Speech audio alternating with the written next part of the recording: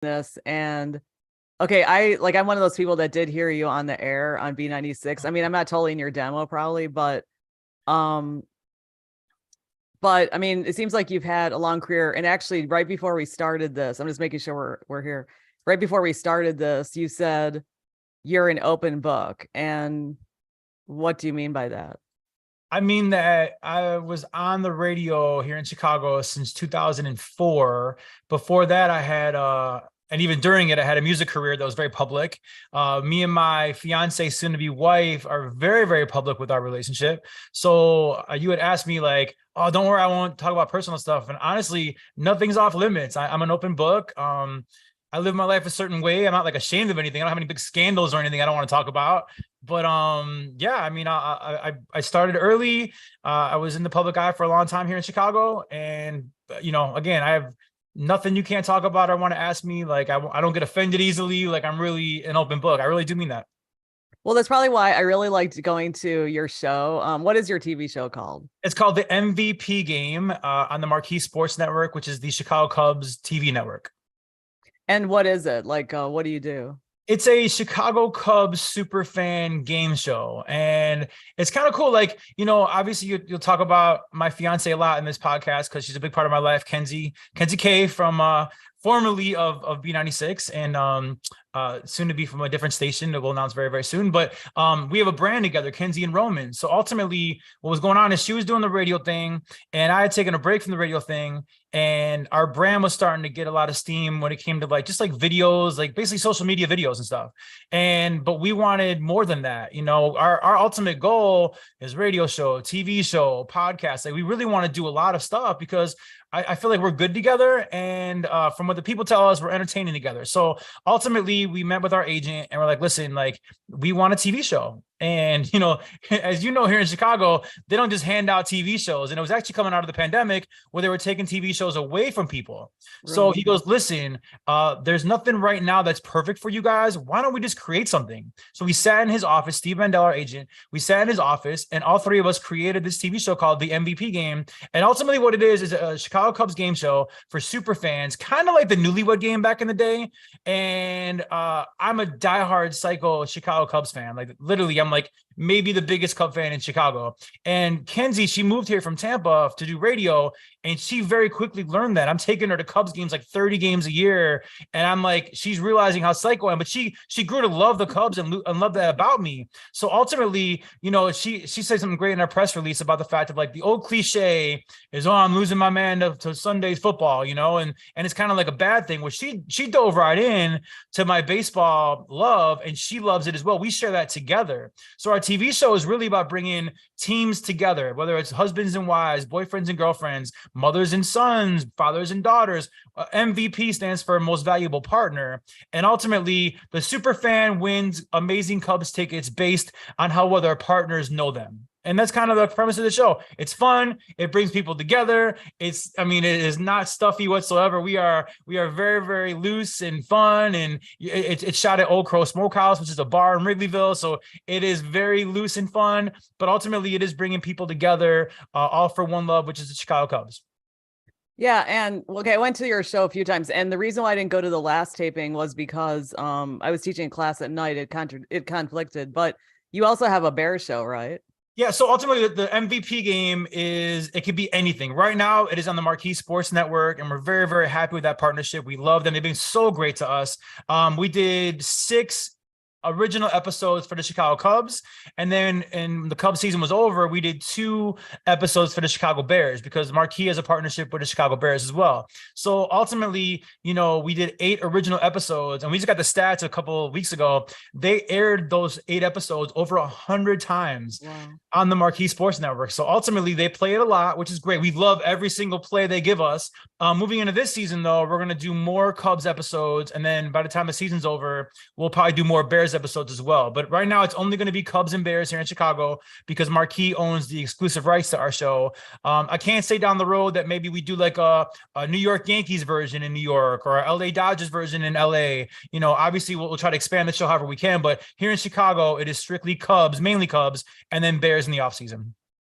Yeah, so you will never do a White Sox show, right? Never, never. You can't pay me enough money to do a White Sox version of our show. I mean, first off, because it's a competing team for the Marquee Sports Network. But second of all, I am a diehard Cub fan, which means I am not a White Sox fan. So no, again, I stay true to my roots, and I will never do a White Sox show or a Cardinals show. Those are the two shows that will never come out of the MVP game machine. Well, what's been the reception? I know you said it's been aired a lot of times. I mean, well, how have people responded to it? It's been great. I'm really, really proud of it. I'm proud of the fact that Kenzie and I and our agent created the show from scratch, right? I'm also proud that we found this hidden gem of a director, David Hunter, who lives out in the western suburbs by us, actually, coincidentally. And he is so, so talented. We're putting together, when it airs on TV, you see a legit game show. I mean, it could be on like a major network. It looks that good. You were there for one of the filmings. You see it's like a 12-man crew. There's cameras everywhere. It's a major production. So I'm really, really proud of it. The reception has been amazing to it. I don't think people realized what this game show would look like, feel like, sound like. I mean, it is legit. And a lot of people, the feedback we get, a lot of people's favorite parts are actually on the streets. Like during the Cub season, we do a thing called Partners on the Streets, which ultimately me and Kenzie are in the streets, kind of like Man on the Street, like how like Jimmy Fallon and Jay Leno would do back in the day. We stop Cubs fans and we ask them random questions. Like, if it was me and Kenzie on the street and someone stopped us, like they would ask her what my birthday is. They would ask me what our anniversary is. And honestly, you'd be so surprised at how many people get these questions wrong. Now, listen, after Cubs games, people have had some drinks. They got some alcohol in them. It becomes even funnier. So ultimately, like we always have about a 4-5 minute segment in each episode of Partners on the Street. And from what we're gathering, that might be the favorite part of the show for viewers, but it's all packaged so well together. And I'm really, really proud of what we created because, we also host the show, and we've hosted a lot of shows over the past couple of years together, which we love all of them, but it's just so special, the fact that we created this show for us specifically and for my love of the Cubs. It's been a win-win. Okay, what I like about your show, and I have been to 3 recordings. I've been to 2 Cubs, 1 Bears, and one time I had to leave early because I had to take the L back, and I had to, it's for safety reasons. But of course, yeah. Because I think because then the next day somebody asked me like, "Did you go to it?" I'm like, "Yeah," and they're trying to figure out why I left. But anyway, but the thing, is that this is what I like about your show, and that's why we should support the show, because I thought when we went to the taping, you were going to see certain people in front, like the beautiful people, because that's what they do at other shows. And they even did that at a U2 concert when they were filming their DVDs. So they want to put in the certain, whatever demographic they're going for. But you said specifically, you don't care. Our demographic are diehard Chicago Cubs fans, and they could look however they want to look. I mean, literally, we have, father daughters, we have 2 girl best friends, we have, 2 guy best friends, we have husbands and wives, boyfriends and girlfriends. We don't care what you look like, what you sound like, what you dress like. All we care is that you love the Cubs like we love the Cubs. And that is it. So yeah, you said that to me, and that meant a lot. Like, by design, we are not filtering contestants. Like if you apply and you want to be on our show, by the way, you can apply at themvpgame.com. We will, if you love the Cubs, we're going to have you. I don't care what you look like. I don't care your size. I don't care your ethnicity. If you love the Cubs, you're on the show because that's all that we care about. Yeah. And it's not just the people on the show. It's also the people in the crowd. Mm-hmm. Because see, you're not doing what other productions do in other places, maybe even in Chicago, where they seat certain people in the front, or they want to make sure the camera catches certain people. And that's why I want to keep going back, because it's so refreshing. You guys, the entire production is amazing. Like everybody is super nice. It's very fun. It's very friendly. And I like that restaurant too. Yeah. Big fan of Old Crow Smokehouse. I will say the only thing we do about seating for the guests is that we don't want any table empty. So that's the only reason you might see us pull somebody at that table, because when we go to the wide shot for the TV show, we don't want any table empty. Like the bar is closed. As you know, the bar is closed when we shoot, but we invite the contestants to bring their friends and family. So we have like a live studio audience, if you will. So the only thing we do is move people to make sure that no table up front is empty. But besides that, no, I mean, we don't care. Like, yeah, we don't care what you look like or anything. And I will say the positive vibe you get there, without bragging, Kenzie and I are very positive people as it is, but our director, David Hunter, he's also like a burst of positivity. And he's just like, it was our first like director to work with, like on our own show, obviously. And he just brings a positive vibe every every single shoot date, and then we feed off that, and then we try to portray it to the audience. So yeah, thank you for saying that. We feel like we do have a very positive atmosphere for contestants, for guests, for everybody involved. But yeah, thank you for saying that. Yeah, I feel positive too, even though I'm a Sox fan, because I mean, I grew up a Cubs fan. Okay. By the way, I didn't know that, so I apologize for saying I'll never do a Sox show. No, I understand. No, but I switched. I grew up a Cubs fan. Believe me, I went to games and I watched this Cubs all the time, but then I switched. But the thing is that that's why I feel good when I leave, and that's why I want to really promote it. And everybody seriously should get involved, watch this show, become a contestant, because you'll rarely see a show like this. Because usually sometimes the shows are really glossy on the screen, but behind the scenes they're ugly. But there's no ugliness at all. Well, thank you so much. And we are currently filming season 2, Marquee approved season 2. So, I mean, that was like a big deal for us to get that phone call from the Marquee Sports Network to say, listen, the show did great. We want a season 2. We were like, oh my gosh. So we are currently filming for season 2. If you want to be part of the show and you're listening right now, again, it's easy to apply, themvpgame.com, and all the info is right there on the website. Make it very easy for you. We'd love to have you. And yeah, and if you're a Sox fan, you can't be on the show, but you could be part of the studio audience as long as you don't boo us or anything. But besides, all are welcome. Yeah, and also there are people who do, even Sox fans, they know a lot about the Cubs because the Cubs aired all over for so long, and people out of state know it as well. So well, listen, I mean, I'm a big baseball fan. I love the Cubs more than anything in the world. But Kenzie will make fun of me for doing fantasy baseball. Actually, after this live stream, I got to go make my pick for my fantasy baseball team. My guys are mad at me. But anyways, like, I love baseball. I really, really do. I played as a kid. I play as an adult. I still play in a baseball league twice a week. Hardball, like fast pitch. I love the game of baseball. So when I say like I'm never going to do a Sox show or a Cardinal show, it's just because I'm like that much of a Cubs fan. But I got respect for like a lot of players around different teams or across the country because I just love the game of baseball. I really do. Yeah. Okay. So when I think of you, though, I think of radio. Okay. Because you were so big in radio for so long. Thank you. And I know you're Mr. TV guy now. And I don't know, have you ever done modeling or anything? I have never done modeling, but it's strictly been radio, music career, Chicago Bulls, and then now a lot of TV. So it's kind of, but thank you for saying, even bringing that up, that I can maybe possibly be a model, but no, I never did modeling. Well, you and Kenzie also, because she's very beautiful, but she's also really nice. She's not just like hollow beauty like some other people are. Totally.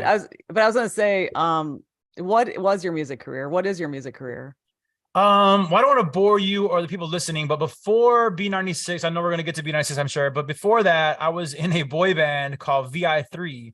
And you don't know our group really, but you do, or you may know our top 40 single called Eyes Closed So Tight. I wrote, co-produced it, and sang lead on it. Really great song. To this day, it's the greatest song I've wrote in my life. VI3, Eyes Closed So Tight. And from that group and from that song, it actually got me the B96 job back in 2004. And then we could talk about that in a little bit, but then my music career evolved. I went solo. Jay Roman and Saluna had a song called Where Are You, another top 40 record that I wrote and co-produced and sang lead on. Played it on B96 like crazy. And then later on in my music career, the Jump Smokers, me and DJ Flipside have a group called the Jump Smokers, and we traveled the world with Pitbull, Enrique Iglesias, China 5 times, the Philippines 3 times, all over the world. We're basically the biggest remixing crew for a very long time, from like 2009 till about 2015 maybe. So those are my kind of 3 phases of music that I've done throughout my radio career. But how did you get the copyright to all those songs that you're remixing? Because now, you'll be shut down online if you do that. We were hired by the label. So we're actually really, really big, where like the labels came to us and like we remixed everything from Britney Spears to Rihanna to Celine Dion to Rod Stewart. Pitbull took us under his wing and really, really gave us a great experience. So every remix that the Jump Smokers did was commissioned by the label, and it was legal because they hired us to do it. So for a while, from like 2009 to about 2015, the biggest dance remixes in the world were done by the Jump Smokers. So I'm very proud of that project. We're not totally done yet. Actually, I'll tie it all in. The MVP game, our show on Marquee Sports Network, the theme song that you hear in the intro, in and out of commercial breaks, is our brand new single called MVP by Jump Smokers. So when you hear that song, it's like MVP, MVP. The Jump Smokers produced that song, and that might be the song that kind of gets us back into the spotlight. I took about 4 years off maybe from the group, but I never broke up with the group, just kind of like took a pause, and we never did break up. So who knows what the future may hold. Well, how did you learn all that production? I will give DJ Flipside all the props on that. So the group, the Jump Smokers, it was my idea. So I had the idea back in the day. I was working at B96 and LMFAO had just come out. You know, they had back then, I think it was Shots, and I'm in Miami B. I don't know if you guys swear on this podcast or not, but they were really, really big. And you know, I grew up in Chicago with the house music. I love house music. And Flipside, same thing. And our original member, Tony Arzadon, same thing. So I actually had the idea of like, yo, why don't we create like a LMFAO type group, but out of Chicago, the home of house music. And so we did. And our first single was actually a Chris Brown diss song after he had hit Rihanna. We did this song and it just overnight blew up. It was like, it's called My Flow So Tight. And I didn't expect for it to do what it did, but it spread like wildfire. It was kind of a pop culture phenomenon. And that song jumped us off to literally traveling the world with some of the biggest artists on the planet. So yeah, that's kind of how the idea came about. But anyways, okay, you asked about production. DJ Flipside, it does 95% of our production. He's really, really good at it. He's a beast behind the turntables, the computer, the software, the keyboards. I've always been the songwriter and kind of the arranger and the hype man at the live shows and the vocalist too. But he does a lot of the production or most of the production. So I give him all the credit. Is he the guy at the shows when you're recording? Yeah. Oh, so, that's okay. Because you said the DJ Flipside, I'm like, wait, that sounds familiar. Okay. Totally. We have him as our DJ in-house for the MVP game on our TV show. He was Flipside at 5 for many, many years when Stylz and Roman were at B96. So, and then he was our Chicago Bulls DJ when I was the host of the Chicago Bulls. So me and Flipside, we go back like way back in the day. So it's been fun to have all these different projects that we've done together. And again, the best I think is yet to come because this TV show has been so great for the both of us. It's cool to share it together. And how did you get started with your group?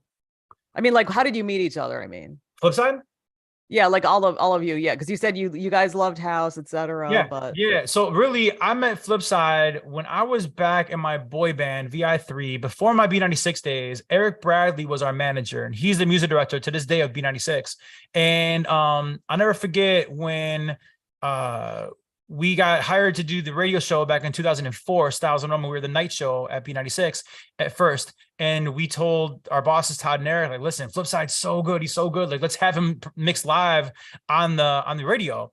And so we had a thing called the 10 o'clock mixtape at 10 o'clock, and he would mix live on the radio. And I can say that Flipside was the first live mixing DJ in Chicago on the radio. And, you know, I'm very proud of that. And he should be very proud of that as well. And then we got promoted to afternoons in 2006 for 10 years. And for 10 years, Flipside at 5 p.m. was a live mix show on the radio. And for many of those years, it was the highest rated hour on our entire show. So, you know, we broke a lot of molds when we had like a live mixing on our radio station and on our show. So it was natural for me when I had this idea for Jump Smokers. It was like, I talked to Flipside. Actually, I talked to Flipside first, and then Flipside brought up Tony Arzadon because they were friends and they had done production together and they were kind of dabbling in it. So it just made sense for all three of us to get together and kind of take this project that I had an idea about and really make it happen.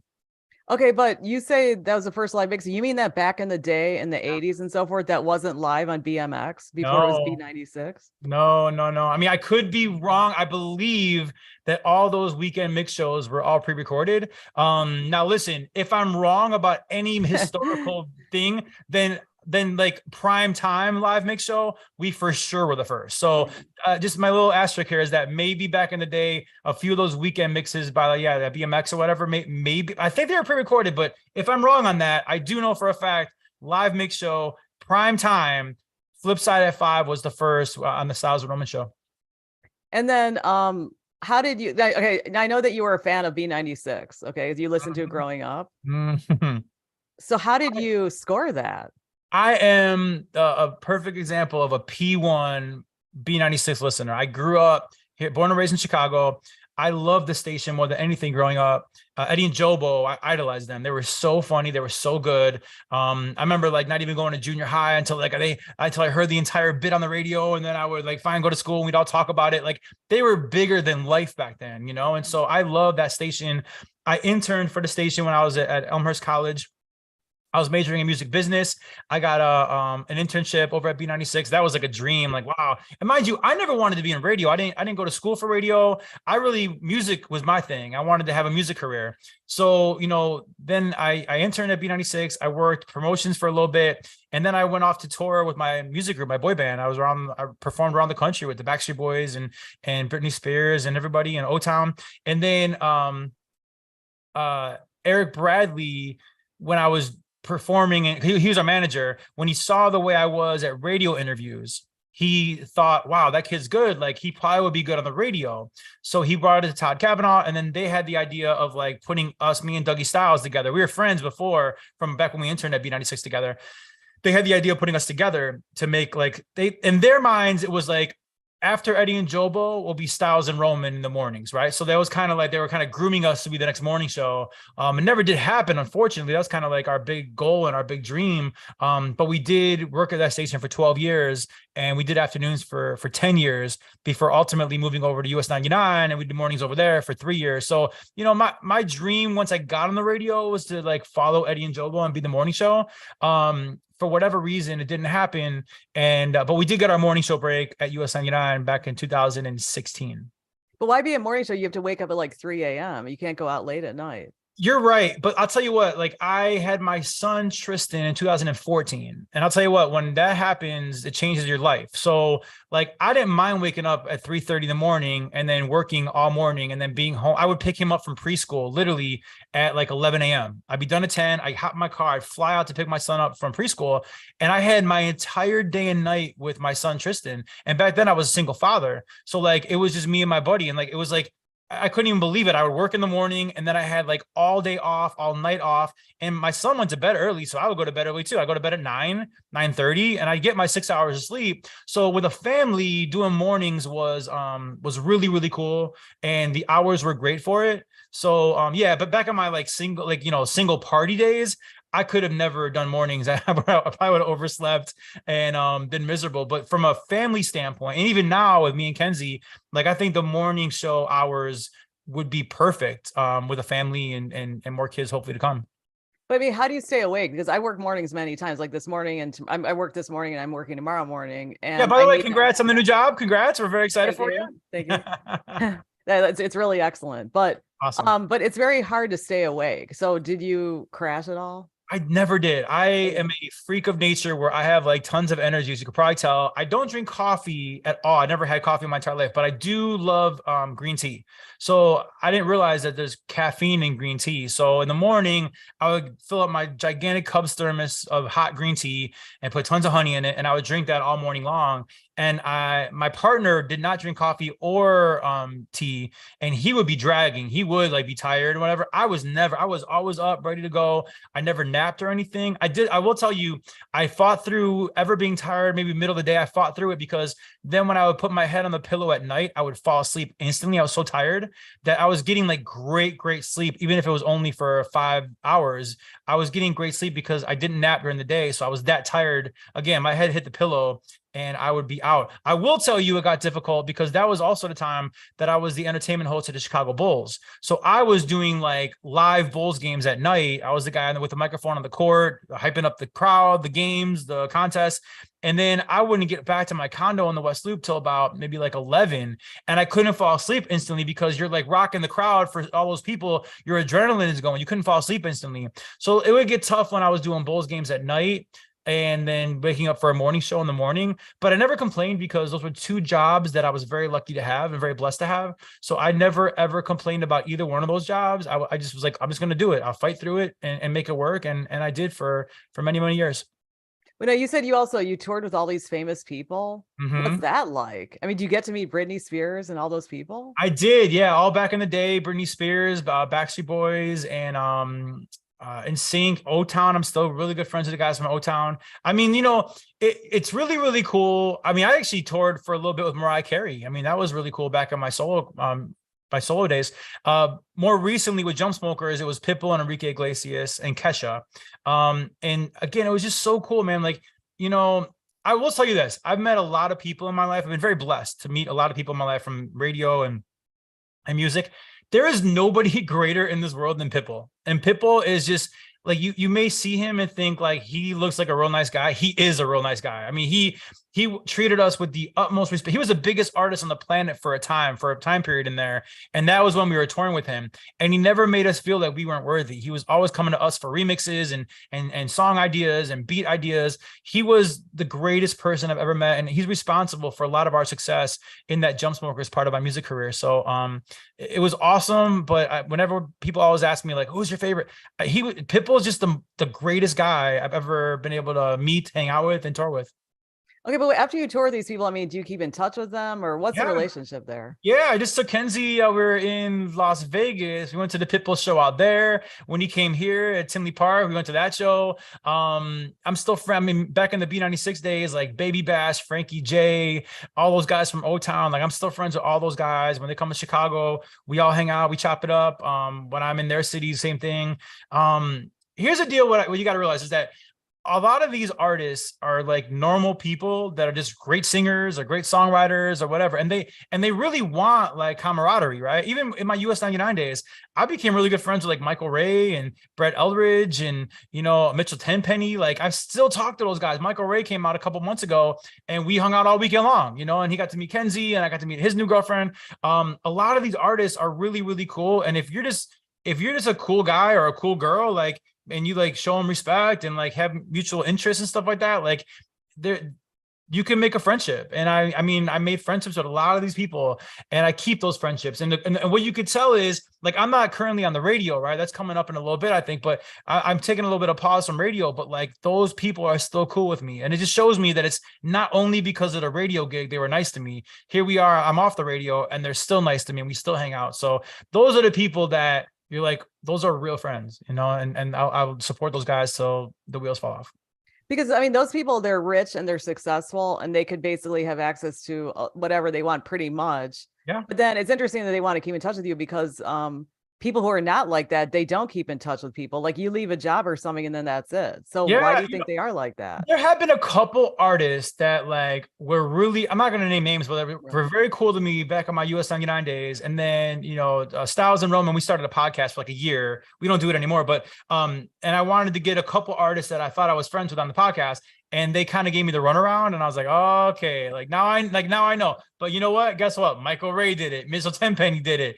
Chris Lane did it. Jimmy Allen did it. It's like, you kind of know who the ones that really, really like you versus the ones that are like, oh, you don't work there anymore? Okay, yeah, I'll talk to my publicist. It's like, oh, okay. Like, all right, I got you. And I'm not even mad about it. Like, it's cool. Like, it is what it is.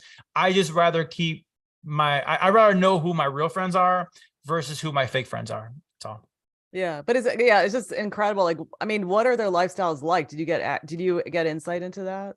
Yeah, I mean, you know, again, I'm closest to like Michael Ray in the country world, Mitchell Tenpenny in the country world, and those guys. Yeah, I mean, they're doing really, really well. They're touring the world. You know, Mitchell's got a song right now that I think is about to go #1 again. It's called "We Got History." He already had a #1 single called "Drunk Me," another one #1 called "Truth About You." Michael Ray, I think, has had 3 or 4 #1 records.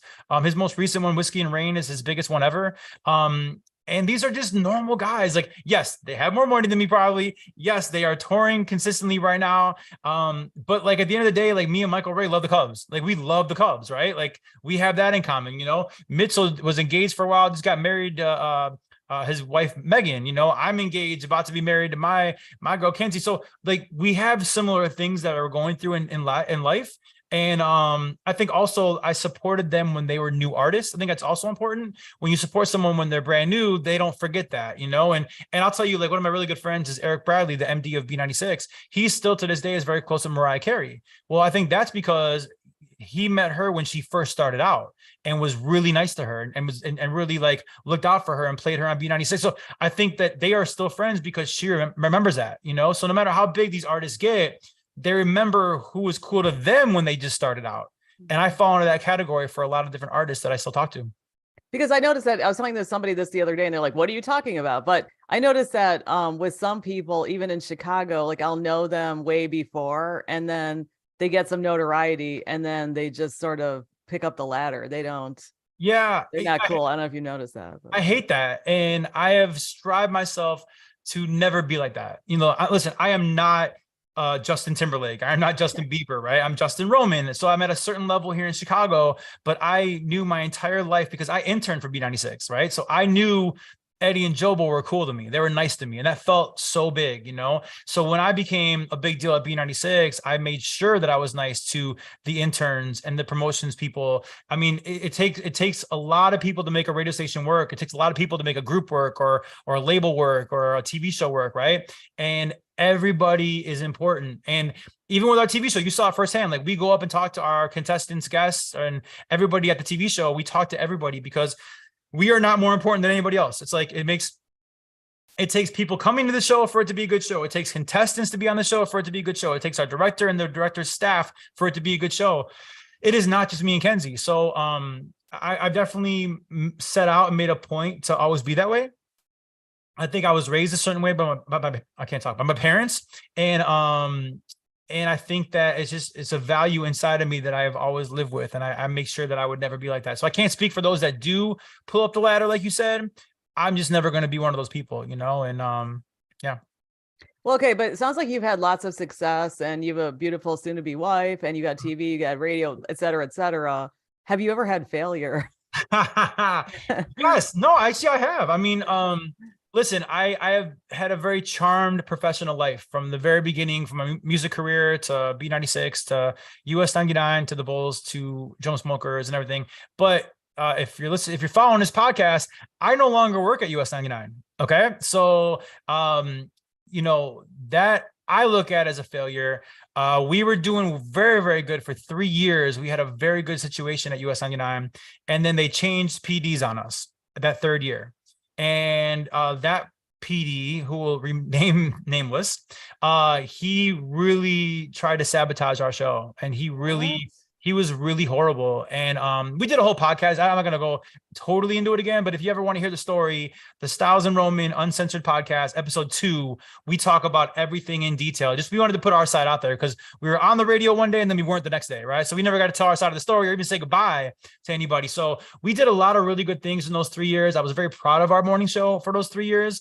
But then they swapped PDs on us, and this guy was horrible. And he no longer works there. He was fired pretty instantly. He got rid of us, and then he handpicked a morning show, and then went on to have the lowest ratings in the history of US 99. So they got rid of him. They got rid of that new morning show, and now they're on to another morning show, right? So that's all I'm going to say about that. So, but yeah, I said it's a failure. You know, I mean, I can blame this dude over and over and over again, but at the end of the day, you know, we don't work there anymore. So if you ask about failures, I don't blame myself, but it's like, yeah, it's a failure. I mean, I thought when we went over to US 99, I thought honestly, we were going to be there for like the next 10, 15 years. I really did. I loved it. It was fun.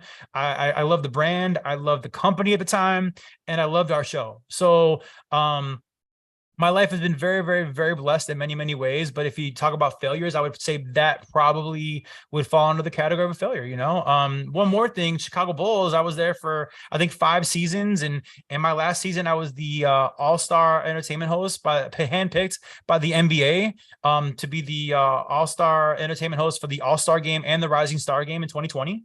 And then the pandemic hit. You know, and all of a sudden, this job that I had that I loved, there are no more fans in the stadium. Well, you know what? With no fans means no entertainment hosts, you know, so that you could say was a failure, not my fault or anybody's fault, but it's like this great job that I was crushing at went away, you know. So to say that I have had a blessed life, I definitely have had it, but I've also had obstacles, and it's about how you overcome those obstacles. You know, I don't work for the Bulls anymore. I don't work for US 99 anymore, but you know what? I created a damn good TV show with me and Kenzie on the Marquee Sports Network. And it's not about how you fall. It's about how you get back up and bounce back. So I'm most proud of how I have bounced back from the situation. You know, I'm not gonna spill too much tea, but you know, my fiance doesn't work at B96 anymore, you know, but her bounce back she's about to announce is way bigger than what she was doing before. So it's not about how you change things up or how you fall or obstacles. It's about how you bounce back and get back up. And I think her and I both are a testament to doing that bigger and better.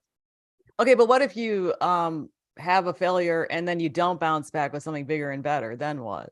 You know, here's the deal. I put everything in perspective. Okay. I've been very lucky to do radio, TV, music, and sports. So to me, those are just jobs that I love, but jobs nonetheless. Okay. I'm not trying to like, bum anybody out here, but I lost my nephew after 14 short months back in 2010. I lost my father in 2017. Those were heart crushing tragedies that happened in my life. So when you put things in perspective, me not working at US 99 or the Chicago Bulls and the COVID pandemic, to me, that's nothing. I've dealt with way worse. I've dealt with more serious things. So when you put things in perspective, it's like you have a mind shift, like I was never depressed about US 99 or about the Bull. I was never depressed about that. I was depressed about my father, about my nephew. So I put things in perspective. So I never let myself get too high when things are good. I never let myself get too low when things are bad, because I'm breathing. I got air in my lungs. I have a family that loves me, and a healthy family at that. I found the girl that I love, my soulmate and everything. And I have some really good friends, and I put it on perspective. So no, I just, if you haven't bounced back yet, believe in yourself to know that you can bounce back. You know what I'm saying? I mean, I don't know your story, but I know you left the company and now you're at a different company and it seems like you're happier, right? So yeah, it's really great. Yeah. So everyone's got their bounce back story, like if you lose a job or you decide to change jobs or whatever, like it's not the end of the world. You still got a breath in your lungs. Did you wake up this morning? Then it was a pretty good day. Okay. So were you like this when you were young? I mean, what did you see? Did you always have this kind of attitude?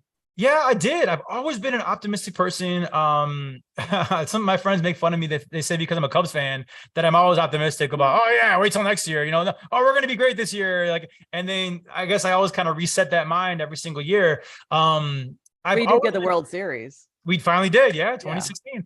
Yeah. I've always been positive, when I was a kid, I looked up to certain people, but I always loved Will Smith. And Will Smith, now mind you, minus this whole Oscar thing that happened, that's very out of character for him. But up until that point, his whole career, I've idolized the guy. I thought he was so positive, so happy, made people feel good. He was funny. He was charming. He was a good family guy. Everything about Will Smith, I loved always, and I'm not saying that I would model myself after him, but I gravitate to positive, happy people. And so I try to be that way myself, and again, throughout all the really, really good things that have happened to me, and even a couple of the bad things career-wise or professionally, I put it in perspective. I've had two really bad things happen to me in my personal life that, everything else I can handle. Everything else you throw at me, okay, cool, I'll have it with a smile and I will handle it. But yeah, I guess I've always been this way. Okay, so let's get back to B96, which you're, very well known. Oh, first of all, the name of your the name of your group. Every time you say it, it reminds me of Chainsmokers. I know it's not the same group. Do a lot of people say that? Yeah, we were first. Jump Smokers were definitely first. We were actually mad when they came out because they kind of stole our name. We were the Jump Smokers, and back then, if you were doing dance music, you knew who we were. There's no getting around it. We were running. I want to say running. We're doing very, very well in dance music for that period of time. So they came out after us with a song called Selfie, and I'll give them credit. Selfie was a kind of a culture phenomenon and everything, or pop culture phenomenon. And they parlayed that into a really good career. And their career is obviously better than ours. But our name was first, so no, we didn't bite their name. They bit our name. But I mean, their bank accounts are bigger and their success is bigger, so I can't knock them. Well, they're in LA, and also they didn't do radio and TV and stuff like that. And also, don't they produce other people as well? Yeah. I mean, I guess you could maybe put in a failure situation. I wish our group would have done more. We had a couple really close calls that Pitbull had a couple of our songs that were so good and I think would have done so well.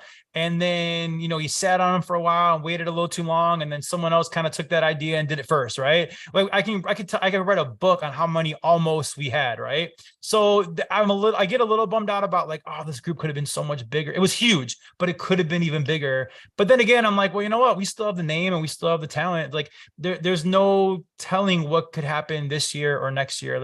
Again, the group, it's me and Flipside's group. It lives on. I don't know the next chapter of it. I don't know what it's going to reveal, but it is still possible for us to get to where I want us to get. But here's the deal. My father had passed away in 2017. I was the morning show of a country music station, EDM dance music, and traveling every single weekend and performing at clubs.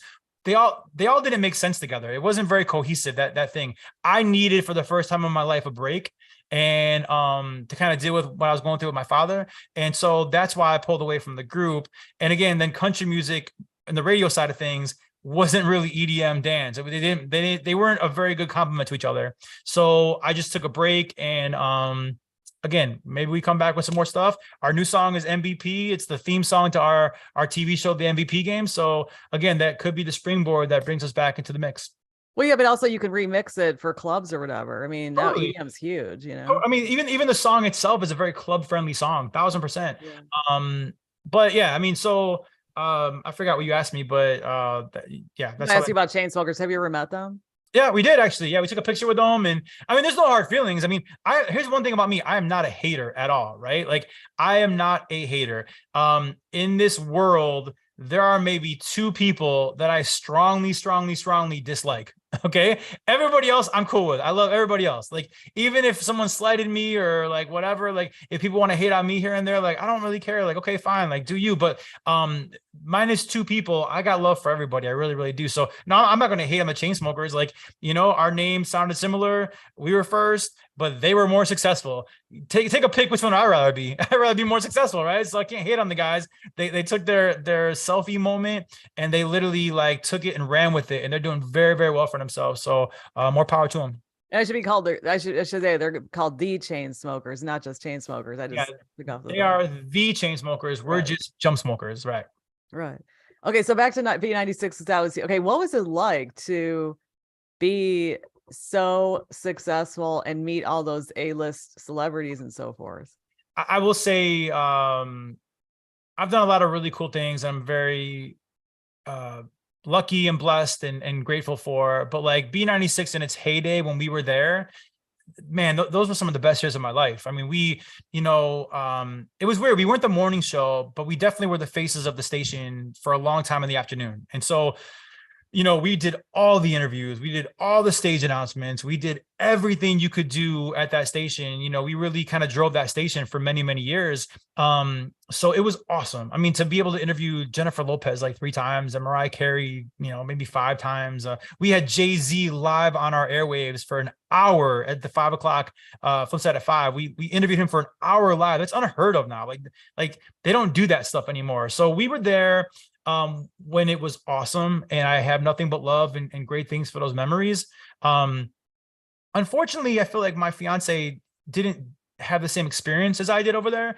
It's 2 companies later, right? So when I was there, it was CBS Radio, and we were more like a family. We had like a really good vibe, and that building was that building. Everyone was family, everyone was friends. We were all rooting for each other. I just kind of feel like maybe just radio as a whole has changed. And I'm, you know, again, I haven't been on the air since 2019. So I feel like between like, you know, mergers happening and syndication and voice tracking, I feel like radio is just different now, you know? And so, but I mean, those days were some of the best days of my entire life. And again, I'm a kid who grew up listening to B96 and then became kind of like, you know, me and Stylz became kind of the face of the station for many years. That's a dream I never even knew existed because I wasn't a kid who wanted to do radio, right? So the fact that I was doing that was just so surprising. I was so lucky and so thankful for that opportunity. Looking back, those were some of the best years of my life. But what made it work? What made the show work? I think because we were real and we were born and raised in Chicago and we were born and raised B96 fans. Like Dougie, same thing. Like he loved that station. Like I will argue maybe besides Todd Kavanaugh and Eric Bradley, there aren't 2 people that love B96, the brand, more than Stylz and Roman did. Because even Eddie and Jobo like left for a little bit and came back, and like, you know, I mean, I know they love the station, but I just feel like we just grew up to it. So like, it was just different. And so it was magical. I think it was because there were 2, back then we were kids, 2 kids that grew up loving the station, born and raised in Chicago, and now being on the radio. And I think what made us work was the fact that Dougie went to school for radio. He was trained in radio, and I wasn't. I'm just a talker. I was a musician that would be interviewed by people, and I guess I had good answers, entertaining answers. So you put us together, and it was kind of magic. I think our chemistry was through the roof, right? I don't think the show would have worked if there were 2 Dougies or 2 Romans. Like, I think that it took Stylz and Roman to come together for us to really, really gel and for us to work. We were just 2 kids having fun. Like, we weren't trying to like plan any like dorky radio segments or anything. We just did what we thought was funny, and it worked, right? I think people love real, and anybody who listens to this podcast that listened to me back on the radio and back in the day, like my voice is the same. I don't amp up my voice of like, hey, I don't do that stuff. Like my voice is my voice. I think the realness of our show, and we never faked any phone caller. Any phone caller we had was a real caller that we put on the air. And now maybe we chopped it up like better than other people, but like a lot of people will fake radio phone calls. We never did that. So our show was very authentic to us. It was authentic to Chicago. It was authentic to the listener. And I just think that maybe that is why it worked so well. I mean, it was just the perfect storm of like perfectness. I don't know. It was awesome. Well, does authentic still work today, do you think? I think it does. I do. I think I think that I don't know what I was saying. I think had we done mornings at B96 back in the day, the station would be a lot different right now. I do. I think that, we bled that station, like meaning like you cut my arm and like I would have bled B96. Like we would have ran through a brick wall for that station. I don't think they're ever going to find employees that had that same passion for the station, and I'm not taking away from people's talents. Listen, there are many more talented on-air jocks than me. I will be the first to tell you that. I was not trained in radio. I have experience, but I go off of what I think is funny. But my point is the passion of that station. I think had we done mornings when we were ready for it, I think that it would have been a different B96 today. But it wasn't in the cards. And listen, here's the deal. If Stylz and Roman were still the morning show today, Kenzie and Roman don't exist. And that means the MVP game doesn't exist. And that means that all the other TV stuff we have going on right now doesn't exist. So, you talk about like, I don't consider that a failure, but what I'm saying is an obstacle. I overcame that obstacle and I feel like I bounced back harder and better than ever. So there's no regrets whatsoever. But I just think that the passion that Stylz and Roman had for that station, they're never going to find again. Well, what are the other TV projects you have? We just finished up on St. Patrick's Day weekend. We did a really cool thing for ABC 7 Chicago and Hulu. And that was really cool. It was our first time working with Hulu. And the feedback was phenomenal. It was really, really cool. We filmed that on St. Patrick's Day. Well, actually on the St. Patrick's Day celebration in Chicago, which is always a week before. It's kind of confusing. But anyways, that was awesome. It was like our third major thing for ABC 7 Chicago. We've hosted their New Year's Eve specials now, not once, but twice. Not many people know, but the first one we did was called Countdown Chicago 2020. We actually won an Emmy for it, which was really cool. The show won an Emmy, and we were the co-hosts of the show with Ryan Severini, Val Warner, Cheryl Scott, and Terrell Brown. So like, that was awesome. We won an Emmy for this TV show we did on ABC. And then they asked us back this past year to do New Year's Eve. And I hope we get nominated again. And if we can win another Emmy, that'd be awesome. And then, of course, we've been on Windy City Live a million times and Windy City Weekend now. So ABC has been a great, great partner for us. We love ABC. And Marquee, not only are we doing our own TV show that they've aired over 100 times, they had us host a live tree lighting ceremony last December, which they have so many people working for that station, but they used us, and it made us feel so good about the fact of like, they like what we do or they love what we do. And they trusted us with a live show on the Cubs network. So, those are the TV things that are out in the public right now. We have a lot more behind the scenes. We developed a second TV show that we are in the middle of shopping right now. So we're very excited about that. And then, we're just kind of waiting to announce Kenzie's new thing. And then there's going to be some Kenzie and Roman stuff that we're not. So like, bottom line is that I'm really excited about this next chapter of my career. And the coolest part about it, I met Kenzie K when she first moved to Chicago, and I was actually Stylz and Roman morning show of US 99. So I wasn't trying to like create a new brand, and she was Kenzie K. She was doing middays over at B96. So she wasn't trying to do a new brand. It just kind of worked out that way. So it's like, she wasn't using me for anything. I wasn't using her for anything. And so it's been so organic and so authentic. And that's why I think it's working, Dougie Stylz and I have had some great, great, great chemistry over the years. I honestly think me and Kenzie's chemistry is better. And it's only because like we have a different dynamic, right? Like, like me and Kenzie are together 24/7, Dougie and I were together a lot, but like, he wasn't in my bed, he wasn't having dinner with me every single day. Like there's a different kind of chemistry that her and I have. So I'm really, really excited. I think that this brand is perfect for like my next chapter. I think it's perfect for her to get into TV as well. And honestly, she's my best friend and she'll tell you the same thing about me, or at least I hope she will. So like we love working together. So we're really, really excited about this next chapter of our careers. Okay, but the thing that you're talking about, what about the TV show? Can you talk about it with the bride thing? Oh, Say Yes to the Dress? Yeah. So Kenzie filmed that actually last year. She actually, I think she filmed it last February. Say Yes to the Dress on TLC, a big show. They reached out to her and they wanted her to be on the show. So it's going to air this season. We don't know when. They haven't told her which date yet. I believe they're in the new season currently. So that is her. That's her mother, her sister-in-law, my sister and my mom all flew out to New York to do this, and they had so much fun doing it. It's so cool. She says she talks about me a lot. I'm assuming she does because it is like a wedding show. But and she had like a custom wedding dress made over at that what's it called? So kill Vera me. Wang? No, it's the place that they always shoot. It's a famous store. Oh my God, she's gonna kill me.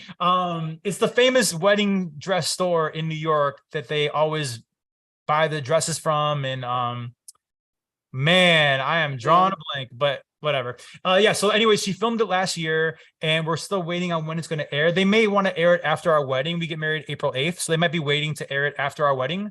But Kleinfeld Bridal? Yes, Kleinfeld Bridal. That shows you what a guy I am. I had no idea what it's called. Yeah, Kleinfeld Bridal. It's like the epic wedding dress store in New York that they all go to because of the show. So she got her dress from there, a custom dress from Kleinfeld's. And okay, so back to what you're saying about Windy City Live. What do you guys go on there for? We go on there a lot. I mean, it was Windy City Like Live. about what? It depends whether they just have us as a guest couple that we go on together and then we talk pop culture stuff. They have a thing called host chat, so we'll go on there and just talk about current events and pop culture stuff or whatever. They had like a father's roundtable for Father's Day and they had me host that as well, or co-host that I should say. They had Kenzie fill in for Val when she was off. They had me fill in for Ryan when he was off. They just use us a lot. And we got feedback from ABC, from the head of ABC, that they actually they love what we do and they want to continue to use us. So we got a really good partnership with them. And the fact that they actually called us with Hulu to do the St. Patrick's Day segment on the St. Patrick's Day parade broadcast on ABC was really special. It was actually locally here. It aired on ABC, but then is streamed nationwide on Hulu. So it was really cool. It's kind of our first like nationwide streaming thing, and yeah, but I mean, they're just, Ryan Severini and Val Warner are two people that have really, really been kind to us and really cool to us. And, it's funny. Ryan's one of my best friends. He's a really, really good dude. He's actually officiating our wedding. He's going to Mexico to Tulum and he's officiating our wedding because we love him that much and vice versa, that it's an honor for him to do this for us. He's been so great. He brought me on that show years ago and then kept bringing me on over and over again. And then when I started dating Kenzie, they loved her as well and they brought her on. They brought us on together all the time. And Val has been like a mentor to Kenzie. Like Kenzie looks up to Val so much. They've been great. Also, Justina is the executive producer of that show. She was the one that really gave us our big break because 2 New Year's Eves ago, she booked us to co-host the New Year's Eve special, because she saw our videos on social media and thought we were so much fun and we could like be so good. Like we could we're a couple, we could like actually kiss on New Year's versus like other people gotta like be fake hugs and like handshakes. Like she gave us our big like actual break. So like that whole ABC Windy City weekend family, they've been nothing but great to us and we love them so much. And we're very, very thankful for their friendships. Oh, good. You can help me get some TV people on the INBA. Yeah, I also do that Illinois News Broadcasters Association podcast. Yeah. And okay, cool. It's very hard for me to get TV people in Chicago. I have no idea why. I will drop names. I will walk up to them. It does not work. So maybe. Oh man. I saw Val one time in a restaurant. I'm like, oh wow, you're really great. This is before she hosted that, but yeah. So it's hard. No, I mean, let me know. I'll see what I can do. I will tell you that Ryan and Val are two of the nicest people we've ever met. And Ryan's one of my best friends. Like he really is. So yeah, we'll see what we can do. Okay, so what's it like doing TV compared to radio?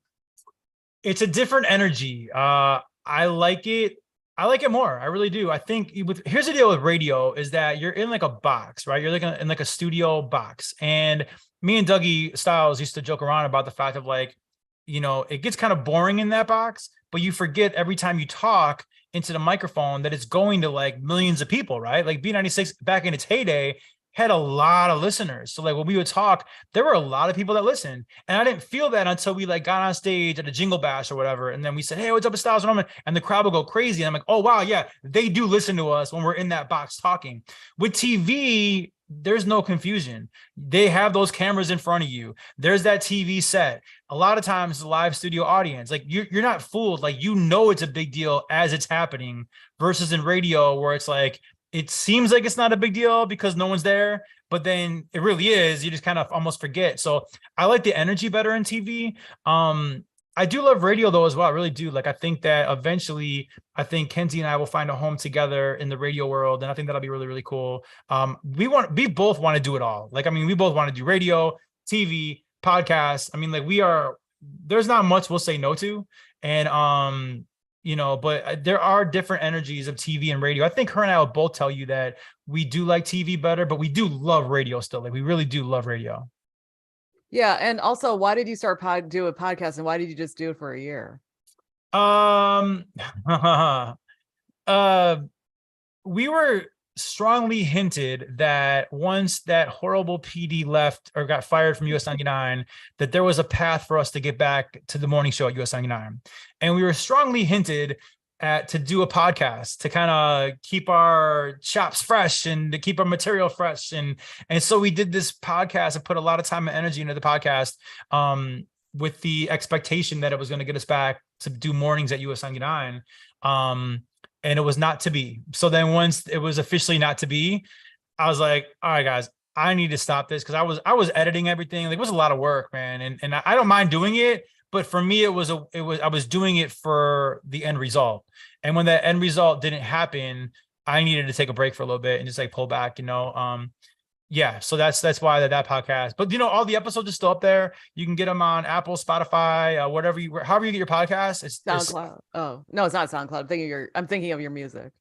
No, yeah, the podcast or everywhere you get your podcast, and it's called the Stylz and Roman Uncensored Podcast.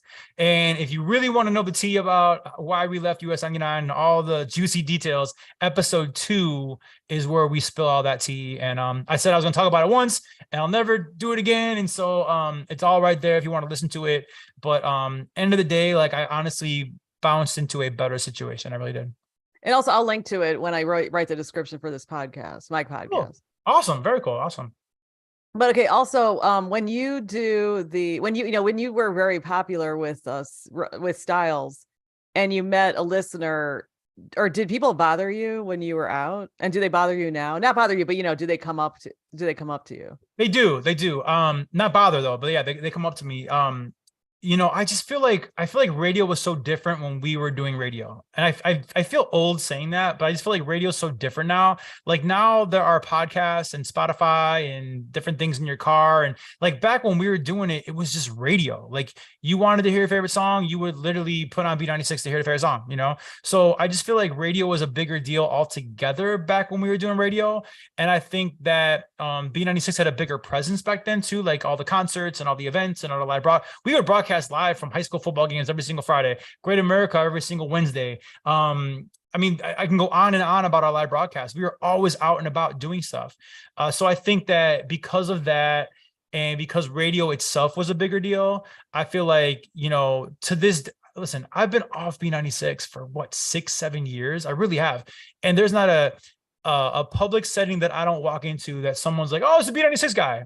And I'm like, and it's funny because when I was an intern and when I was working promotions, no, I take it back. When I was on the air, actually, people would come up all the time and be like, oh, where are Eddie and Jobo at? And they had been off the air for 7 years, but like, the cycle of radio, like, it's just like Eddie and Jobo were synonymous with B96, and Stylz and Roman are as well. So I think it was just the time period we were on, the fact that there were fewer options of like getting music and streaming and podcast stuff. It was just a bigger deal. So yeah, I think I will forever be synonymous with with B96, and hopefully we get to a point where, you know, I'm more synonymous with like the MVP game, or like the Kenzie and Roman brand, or our next radio projects and stuff like that. But honestly, my entire career, I'm not embarrassed of anything. If you knew me from my boy band days, thank you for following. If you knew me from radio, thank you for following. You know, if you knew me, there are people that knew me from the Chicago Bulls games, and that's fine. Like, that's awesome too. You know, like, so I don't really care how you knew me or followed me or supported me. I'm just thankful for the support that I was given through all phases of my career. You know, what's it like to be public now, to be like a celebrity? I mean, you're like a local celebrity. What's it like? Because a lot of us don't live like that. It's awesome. And I think that, thank you for saying that, by the way, but I think that I'm at a good level, and I've always been at a good level, because like, I think it would be impossible. Like, I can't even imagine what like Justin Bieber goes through, or Justin Timberlake goes through. You know, when I was a kid, when I first started the music career, I wanted so badly to be like the biggest thing in the world, you know? Why? Because I idolized Michael Jackson, and I was just like, I want to be the next Michael Jackson, you know, and I would write songs, and I would be, I love music, you know, I really do. I mean, it's funny, from radio and TV and all this stuff, music is my first love. It always has been. I love writing songs. I just love music. I always have. And so I wanted to be like a big time, musician, and a famous one at that, you know. But I look at like Justin Bieber and like Justin Timberlake, I'm like, they can't go anywhere. Like, they literally can't go anywhere. And listen, I don't feel bad for them, because their money and their bank accounts are great, and they can do whatever they want, and their kids can do whatever they want. Like, I don't feel bad for them, but I almost think like, wow, that's got to be very claustrophobic at times. And I'm at a situation, and I've been in a situation where like, yeah, some people know who I am because of the radio and the TV and the music, right? But some people don't. And I can walk into a shopping mall, if those still exist, but I can walk into a mall and like, you know, have a good time, and like bring my girl, and we can go shopping and like not get mobbed by anybody. Yeah, get recognized here and there, and that's great. And I've always been nice to everybody. I never turn anybody away. But also there are times like not get recognized, and that's cool too. And doing radio is very crazy, because like, you know, they don't see you, right? So for a lot of times, when I was single, I'd be out at the club and whatever, and like, you know, girls would come up to me and be like, oh, I heard you're on B96 or whatever, like, say something. I'm like, what? And so it's talk, and then their face would light up. They recognize the voice, right? Because and even back when we first started, like, video wasn't even a thing. Like, you know, you weren't streaming and doing YouTube videos and stuff. Like, it was just straight up radio, straight up our voices. So I think that plays into it as well, where like, you know, a lot of people may recognize my voice, but not my face, maybe, possibly. But also, regardless, just the level that I've been blessed enough to be at here in Chicago is a very good level, because I feel the love, but also I'm never overwhelmed by it. And yeah, it's a good balance. Yeah, because I read this thing about I'm really interested in celebrity, okay, the life of celebrities. But I read this thing about Jim Carrey said that, you know, if he goes somewhere, it's like all the attention goes on him. It's like he sucks up all the atmosphere, and he doesn't necessarily want to have that effect. So sometimes he just stays home a lot. Yeah, and and he kind of pulled away from the business for a while because of that, you know. And so and again, it's a weird thing of like, I don't really feel bad for certain, because like Jim Carrey is loaded, and like his family's family will be set forever because of that fame. But I'm sure it does get to be a lonely feeling, and you're scrutinized, and especially now with social media. Like, I don't get it. Like, I don't really get negative comments. It's weird. Like, and if I do, I have the thickest skin in the world. Like, I don't care, you know. I don't care what a Twitter troll with no public profile picture says about me if it's negative. I don't care. Kenzie, being a female, she gets 99% positive comments on her social media. You know, I'm sure you've seen it. You know, oh, you're so hot. Great. You know, it feeds your ego, if anything. But she might get 1, 2, 3, or 4 negative comments, and it really bothers her. And I'm like, babe, like you're just focus on all the positives you got. Like, you know, there are some miserable people out there that want to make you feel miserable, you know? And so I do say, not to be sexist, but I think it's harder for women. And I feel bad for them, because I see it with my own fiance. Like, any negative comment she gets about her look or about her outfit or anything, it really stays with her and really bothers her. And I try to like tell her, like, you got to have thick skin in this business. And also, you got to have selective hearing, because like, you got so many positive comments and feedbacks. Like, focus on that, not some troll who's living in his mom's basement with, like, you know, no profile picture. Like, I mean, like, what, you got to judge it, you know, like, well, how miserable are they to write miserable things and hateful things about you? You know, it's just brush it off, but it's easier said than done. And sometimes if you meet the people offline, you see that they're very meek. and they're just a totally different way online, and they're attacking you through that. Yeah, keyboard warriors. There are things that unfortunately different trolls will say online through a keyboard that they'll never say to you in person, ever face to face. So whatever. Again, I've got very thick skin. I'm trying to teach Kenzie to have that thick skin as well, because again, 99% of her feedback is so positive, but I see it with her, like the one or two little negatives, and it bothers her. Well, so also what you said, you mentioned your brand. What is your brand? Can you define it? Kenzie and Roman. Yeah, because you Our said we have brand, our brand. yeah, well, it's our TV stuff. It's our future podcast stuff. It's our, I think, future radio stuff. It's like our brand is Kenzie and Roman now, where it's like we call ourselves like media hosts, right? So fill in the blank, whatever that may be, whether it's TV on the Marquee Sports Network, on ABC7 Chicago, on Hulu. We have some partnerships coming up with different companies that we're very excited about. We can't announce yet, but if the brand is Kenzie and Roman, right? I mean, like, So my the brand guy, is what you do. It sounds like the brand is what you do. It's not, you yeah. don't have a brand like we're the happy couple or whatever. It's not. Oh, no. Honestly, we're just real. Like, so if Okay. I could say anything about us, we're real. Like we started by doing like videos online, and like we would just kind of talk about life. If we thought about something, we put it out there. If we disagreed about something, we put it out there. And it wasn't always rosy, but we always got through it, And I think people related to that. There were just things that drove me crazy about her, where like when she would heat up something on the microwave and she wouldn't clear the timer, like, so it would just be stuck on like 12 seconds. And I'm like, babe, can you just clear the timer? And like, it sounds stupid, but we did that video. It was one of our biggest videos ever, because everybody in a couple situation, or even in a house, a sister, mother, whatever, there's somebody who won't clear the timer. And there's always someone that gets so mad about that. So ultimately, like, it's just, we do these real things that have happened in our relationship, and we broadcast them to the world, and like people can relate to them. So I think our brand is being relatable, our brand is being honest, and our brand is being authentic. And that's kind of, we do that in our TV shows. We do it, and we're going to do it in our podcast coming up pretty soon. We do it every step of the way. It's authentic, real, couple stuff. Okay. And then also when you were single and you were doing all this media stuff, Mm-hmm. what are some crazy things that you did that you regret? Is there anything? Because you said you're going to be open about personal. I am. No, I am. Yeah. That I regret. Yeah. Or is there anything crazy that you did? You're like, yikes, why did I do that? Or did girls used to, I mean, because Yeah. I've heard this about other guys where sometimes women will approach certain guys Yeah. and the Yeah. guys So, enjoy it. I so mean, there are two things that I'll tell you. The first thing isn't that bad, but it's like being a single guy who has had a pretty successful career here in Chicago. I never knew if a girl liked me for me or for my job, right? So like if I was dating, I would always, in the back of my head, I'm like, she seems cool, but like, would she date me if I was working at like Chase Bank, or is it because at the time I'm Mr. Stylz and Roman or whatever, right? So that's one thing I always kind of like never fully understood. But the funny thing is, not that I regret it, but just something that you're not going to believe that we did this. When we first started on B96 back in 2004, we were the night show, and we were like the wild and crazy night show, right? Because nights can be crazy. And again, this is 2004, so it's a different time.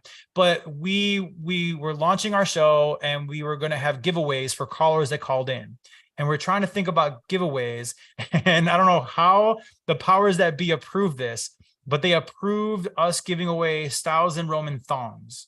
And on the front of the thong, it said Stylz and Roman were here. And these were thongs, and they were our biggest giveaways. People were calling nonstop. We do events, and people wanted these. Like, I mean, they were the biggest things maybe B96 has ever given away in its history. Okay. But looking back, I mean, it's 2004 is only like what, like about 20 years ago. 20, yeah. I mean, like, it's just a whole different time. You could never do that now, And I think about it even as a father now. I'm like, I can't even imagine if I had a daughter and she came home with one of those things. Like, I'd be so mad, right? But like, it was wild. It was crazy. It was something that for that moment, it totally worked. It was totally great. But I just can't, even our when I was still cool with everybody, like our bosses were like, I can't believe that we approved you guys to have Stylz and Roman thongs, but they did, and they were a big hit back then. Well, no, I can believe it because I worked in the radio business for a while, and it fits with some people think should happen. And they think that how the culture's changed is boring, but it's actually I mean, there are certain things that people got away with that Yeah. maybe it's good they're not getting away with it anymore. I'm not talking about the thong thing, but it could be various No, things. totally. Yeah, and here's the deal: is we never took ourselves too seriously. Like we were always nice and respectful to people, and guys and girls and everything. It's just like the language that we used and some of the movie quotes that we played, and then those songs. Like there's just things that you could never get away with doing, radio in 2023 that we got away with in 2004, right? And that's just how life has evolved. Radio, TV, comedy, it's just evolved that way, right? So the fact that we were on the air for 15 years and never fired for anything stupid that we did in the past, I said it's a pretty big win because we were crazy back in those night show days. And especially, in a major market.